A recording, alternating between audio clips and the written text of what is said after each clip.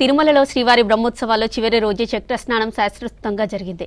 విశేష సంఖ్యలో పాల్గొన్న భక్తులు శ్రీవారి పుష్కరిణిలో పుణ్యస్నానాలు ఆచరించారు. తెల్లవారుజామున 3 నుంచి 6 గంటల వరకు స్వామివారికి పల్లకి ఉత్సవం వైభవంగా జరిగింది. ఉదయం 6 నుంచి 9 గంటల వరకు భూవరాహస్వామి ఆలయం ముఖమండపంలో శ్రీదేవి భూదేవి సమేత మలయప్ప స్వామివారికి శ్రీ సుదర్శన చక్ర తాల్వార్లకు స్నపన తిరుమంజనం వైభవంగా నిర్వహించారు.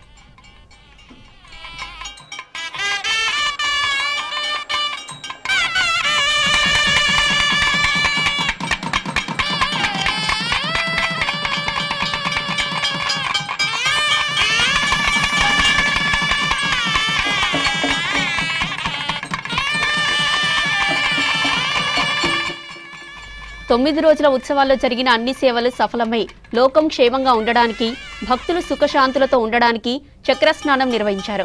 ఉత్సవాల్లో ఏవైనా చిన్న లోపాలు జరిగితే ఏర్పడే దుష్పరిణామాలు తొలగి సంపూర్ణ ఫలాలు చేకూరడం కోసం చక్రస్నానం నిర్వహిస్తారు.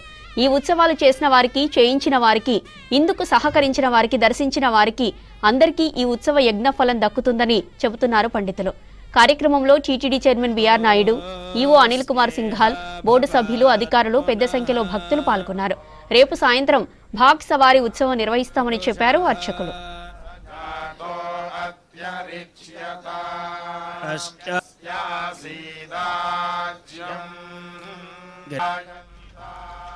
ఇక అన్ని శాఖల సమన్వయంతో శ్రీవారి సాలకట్ల బ్రహ్మోత్సవాలను విజయవంతంగా నిర్వహించామన్నారు టీటీడీ ఈవో అనిల్ కుమార్ సింఘాల్. పాలక మండలితో పాటు అధికారులు, వివిధ శాఖల సిబ్బందికి ఆయన కృతజ్ఞతలు చెప్పారు. ఉత్సవాల్లో సామాన్య భక్తులకు ఎక్కువ ప్రాధాన్యత ఇచ్చామన్నారు అనిల్ కుమార్ సింఘాల్.